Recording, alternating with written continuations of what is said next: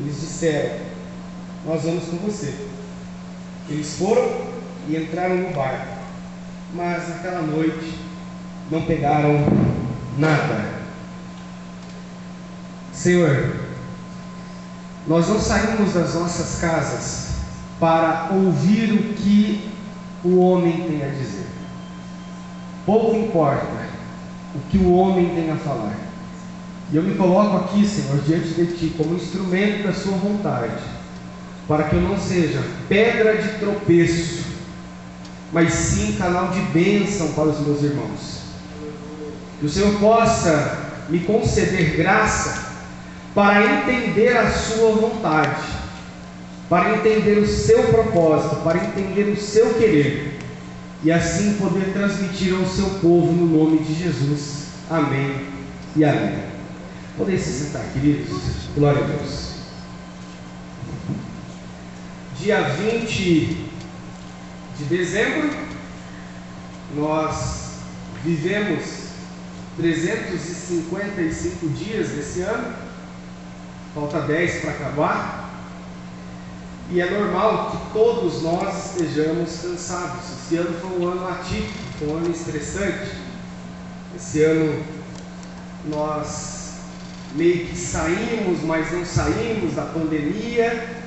Nossa vida começou a voltar ao normal, veio o período eleitoral, todo o estresse das eleições, e toda a ansiedade que gera com aquilo que é novo. A partir de 1º de janeiro de 2023, o Brasil é governado por um novo presidente. Somado a esses fatos que atingiram a vida de todos, todos nós temos as nossas lutas diárias. Todos nós temos os nossos dramas diários. Todos nós passamos por situações no nosso dia a dia. Situações no trabalho, situações na família, situações na igreja. A nossa vida, como vida pessoal, muitas vezes sofre seus abalos. O fato é que todos nós, em maior ou menor grau, estamos sujeitos a passar por crises de desânimo. Todos nós, com maior ou menor intensidade, podemos enfrentar essas crises de desânimo. E o que o desânimo tem a ver com esse texto que nós lemos? Tem tudo a ver. E o que esse texto tem a ver com nós, discípulos de Jesus? Também tem tudo a ver.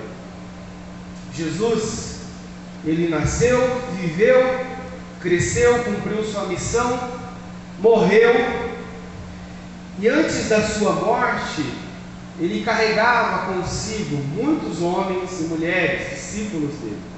Mas em específico, ele carregava 12 pessoas que eram muito próximas a ele. Essas pessoas, Jesus decidiu chamá-las de apóstolos. Esse termo apóstolo significa enviado, enviado com uma missão.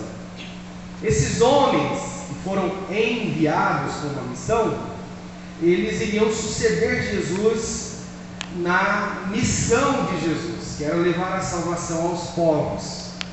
Esses 12 homens escolhidos por Jesus, apesar de terem sido escolhidos por Jesus, eram homens, eram seres humanos pecadores. Fica tranquilo, gente, não é uma barata, tá?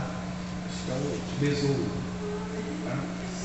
Se alguém mais tem medo de barata, como a minha esposa, já avise para não ter alarme. Esses homens, apesar de terem sido escolhidos para serem aqueles que levariam a missão de Jesus, eles eram homens, eles eram seres humanos. Apesar de terem recebido toda a capacitação de Jesus para enxergar a vida da forma que Jesus espera, eles ainda continuavam sendo homens e enxergavam a vida como homens, como seres humanos. Enxergar a vida como ser humano é ver o medo, a insegurança, a incerteza, o que faz parte da nossa natureza. E por que é importante falar sobre isso? Quando eu olho para esses 12 homens, agora não são 12, são 11, com a morte de Judas, todos eles, categoricamente todos eles, estavam desanimados nesse momento. Jesus, ele morreu, prometeu que ressuscitaria, ressuscitou, mas mesmo assim isso não foi suficiente para tirar do coração dos discípulos o desânimo. Eles estavam desanimados. Entenda que a situação desses discípulos é bem parecida com a nossa situação hoje. Eles estavam no fim de um ciclo, a vida de Jesus, para iniciar um novo ciclo, que era a era da igreja. Qual que é o fim do ciclo que nós estamos vivendo? O fim do ano de 2022. Qual que é o novo ciclo que está se iniciando? O ano de 2023. É normal em situações como essa, de transição, nós sermos surpreendidos pelo desânimo. O desânimo bate no coração das pessoas. Mas o que me chama muita atenção é como que esse desânimo atingiu o coração desses discípulos. E você vai perceber aqui no texto que nós vamos ler, que tem 3 características que marcam o desânimo na vida do discípulo de Jesus. A primeira delas está no verso 3, a parte A, que diz: Pedro está dizendo, vou pescar. Mas o que isso significa? Qual é o problema de pescar? Para nós, não seria nenhum problema pegarmos a varinha, a massinha e irmos pescar. Para nós, pescar é lazer, pescar é descanso. Pescar é sentar na sombra, ouvir o barulho da água, tirar o peixe da água. Isso para nós é o que significa pescar. Mas para esse discípulo aqui, para Pedro, ele falar eu vou pescar significava outra coisa. Ele está dizendo, eu vou voltar para a vida que eu vivia antes de Jesus. Vocês sabem que o apóstolo Pedro em si, ele foi chamado por Jesus para ser apóstolo. Antes ele era um pescador, e Jesus disse, a partir de agora você vai ser um pescador de homens. Ele deixou o barco e seguiu a Jesus. Agora, nesse exato momento de desânimo que eles estão enfrentando, o que você percebe é que Pedro, desanimado, desmotivado, ele quer voltar para a velha vida que ele tinha antes da vida de nosso Senhor Jesus. E aqui tem essa lição importante. Em primeiro lugar, quando um discípulo de Jesus está desanimado, essa pessoa quer voltar no tempo, quer voltar naquela velha vida que ele vivia antes de Jesus. E é normal, nosso coração enganoso e o próprio Satanás trabalham sugestionando o nosso coração com a seguinte ideia. Qual que é a ideia? Antes de você ser crente, essas coisas não aconteciam com você. Antes de você ir para a igreja, esse tipo de coisa não acontecia com você. Está vendo? Só foi você querer ir para a igreja que as coisas começaram a desandar na sua vida. Parece que é uma escada que anda para trás, uma escada rolante que desce. Sua vida não vai. É exatamente isso que o diabo e o nosso coração pecaminoso querem falar quando nós estamos em momentos de desânimo. Que a velha vida é melhor do que a nova vida. O apóstolo Pedro está dizendo, eu vou pescar. Para ele isso tinha um significado muito mais profundo que o nosso. Quando vocês estão entendendo, digam amém, Jesus. Amém. Quando você está desanimado, você quer voltar atrás. Você quer abrir mão de tudo, voltar à velha vida que você tinha, aos velhos hábitos, às velhas amizades. Isso, infelizmente, acontece quando nós estamos desanimados. A segunda lição que nós temos aqui é o fato de que pessoas desanimadas desanimam outras pessoas. Olha o verso 3, a parte B. Vou pescar, a parte A, disse-lhe Simão Pedro. E eles disseram, nós vamos com você. O Pedrão está desanimado. É claro, é evidente que Pedro exerce uma influência naquele grupo, é reconhecido como um líder por aquelas pessoas. Quando ele está desanimado, ele diz: eu vou voltar para a velha vida, vou voltar a pescar. Os outros falam assim: nós vamos com você. Se Pedro falasse: eu vou para Jerusalém esperar a promessa do Pai, os outros diriam: nós vamos com você. Por quê? Porque gente desanimada desanima outras pessoas. Se tem uma coisa que nós temos que tomar muito cuidado no momento do desânimo, é que nós nos tornamos uma fonte de água amarga. E toda vez que nós estamos amargurados, qualquer pessoa que chega próximo de nós, rapidamente nós temos a condição de amargurar outras pessoas. Isso é terrivelmente verdade. Toda vez que nós estamos desanimados, nós somos capazes de desanimar outras pessoas. Eu não sei se você já passou por isso. Chegou perto de alguém desanimado, você estava com o coração cheio de Deus, cheio de alegria, cheio de fé, teve contato com aquele poço de desânimo, aquela jarra de chá de boldo, aquela coisa amarga. Aquela pessoa começa a falar para você coisas: eu não sei, a igreja está assim, eu não sei se a igreja é isso. E aí você nem pensava naquelas coisas, mas por estar desanimado, aquela pessoa conseguiu te contaminar de tal forma que você começa a pensar aquelas mesmas coisas. Nós sabemos o poder que um discípulo desanimado tem na vida de outro. E é por isso que o Senhor nos trouxe aqui nessa noite para tratar desse assunto, porque gente desanimada desanima outras pessoas. Quantos estão entendendo? Digam amém. Essa é a segunda lição. Primeiro, Pedro queria voltar para a velha vida. Segundo, Pedro, desanimado, desanima outras pessoas. O terceiro ponto aqui é o fato de que pessoas desanimadas, elas começam a perder os seus valores morais, perder a sua firmeza moral. Olha o verso 7.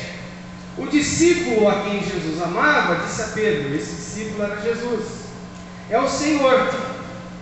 Simão Pedro, ouvindo dizer isto, vestiu a capa, pois havia tirado, e lançou-se ao mar.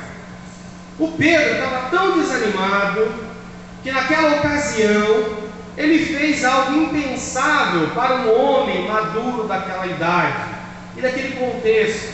Ele tirou a capa. Todo judeu naquela época usava uma túnica, e essa túnica cobria do pescoço até o tornozelo. Essa túnica era considerada uma espécie de roupa de baixo que protegia a pessoa, e por cima ele usava uma capa que era considerada a sua vestimenta. Ele ficava sem a capa apenas no seu quarto, no seu momento de descanso e intimidade.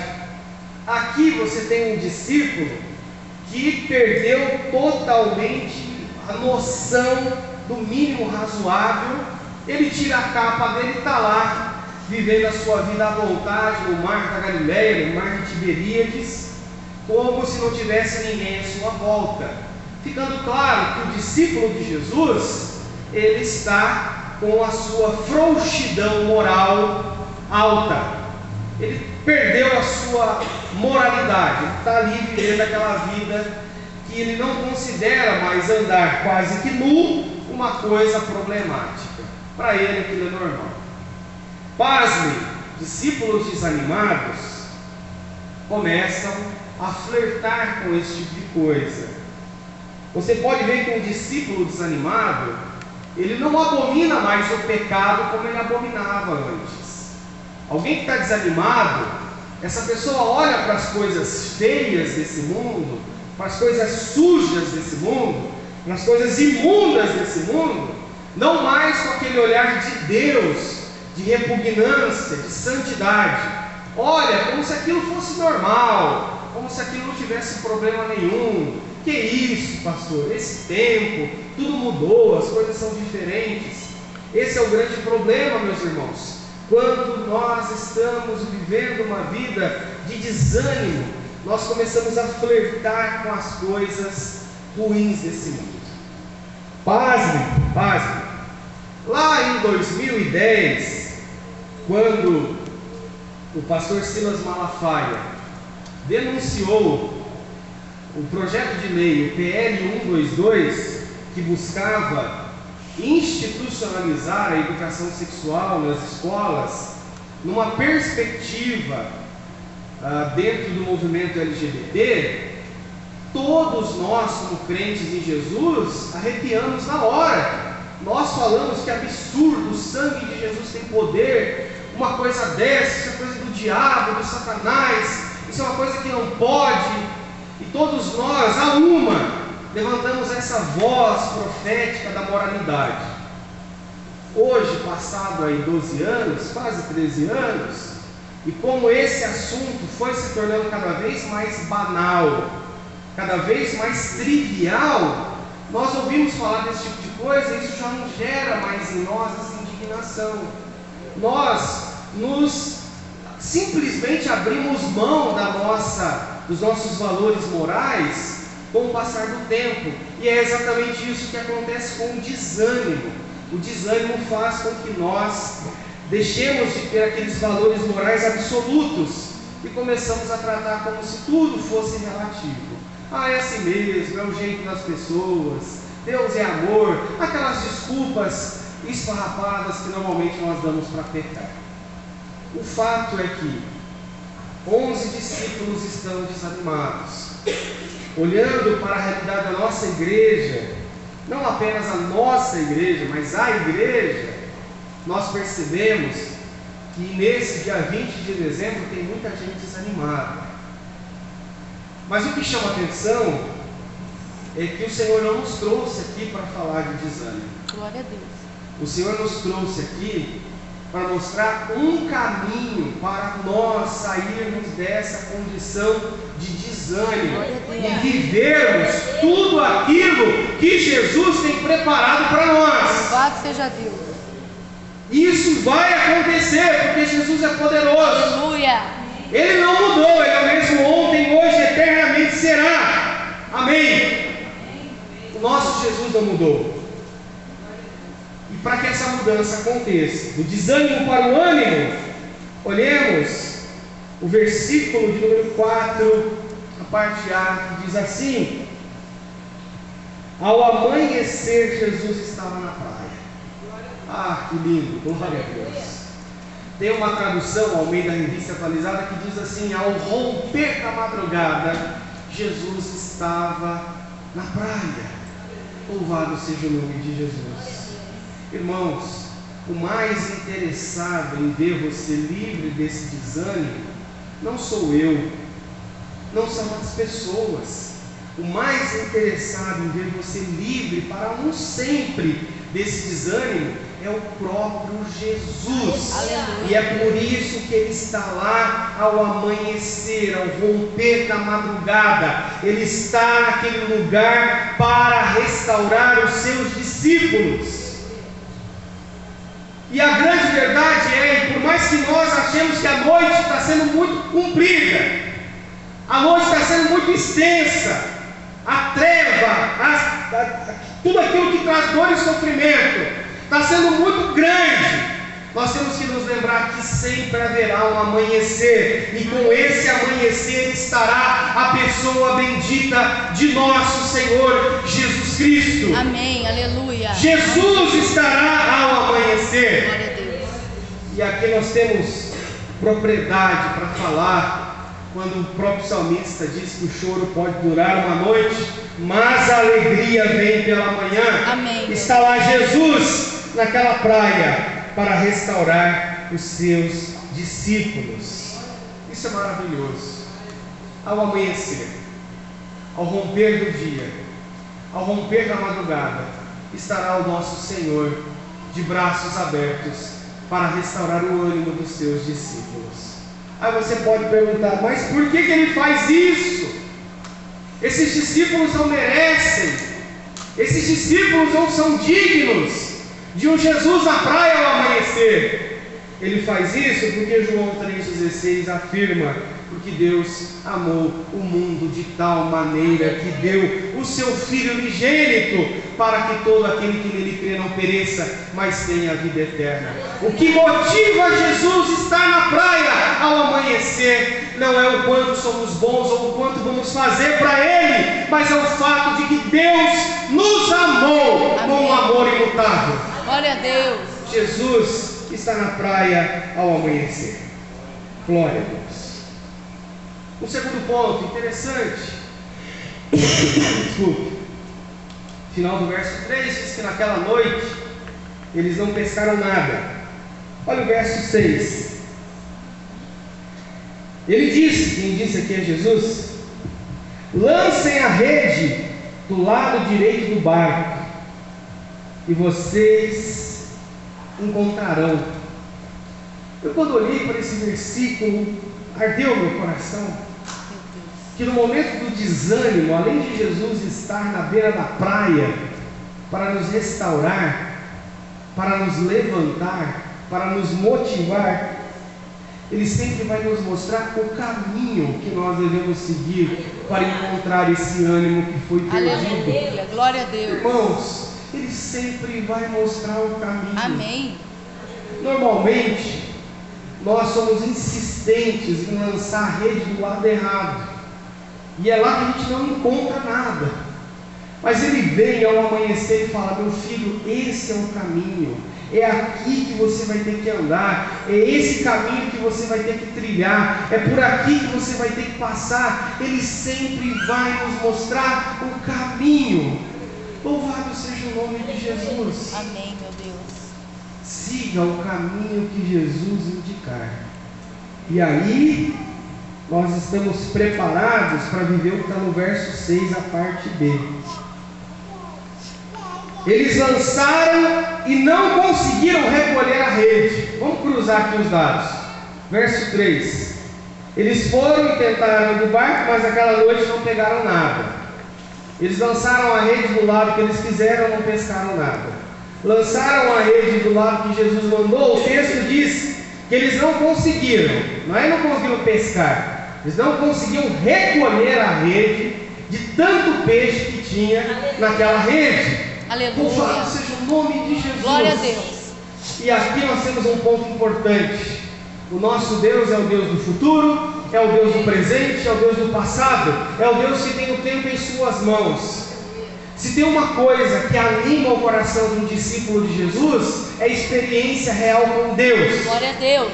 Aqueles discípulos lá no passado tiveram uma experiência real com Jesus na pesca maravilhosa. E agora Jesus está revivendo essa experiência para que eles tenham ânimo, para saberem que Deus não mudou.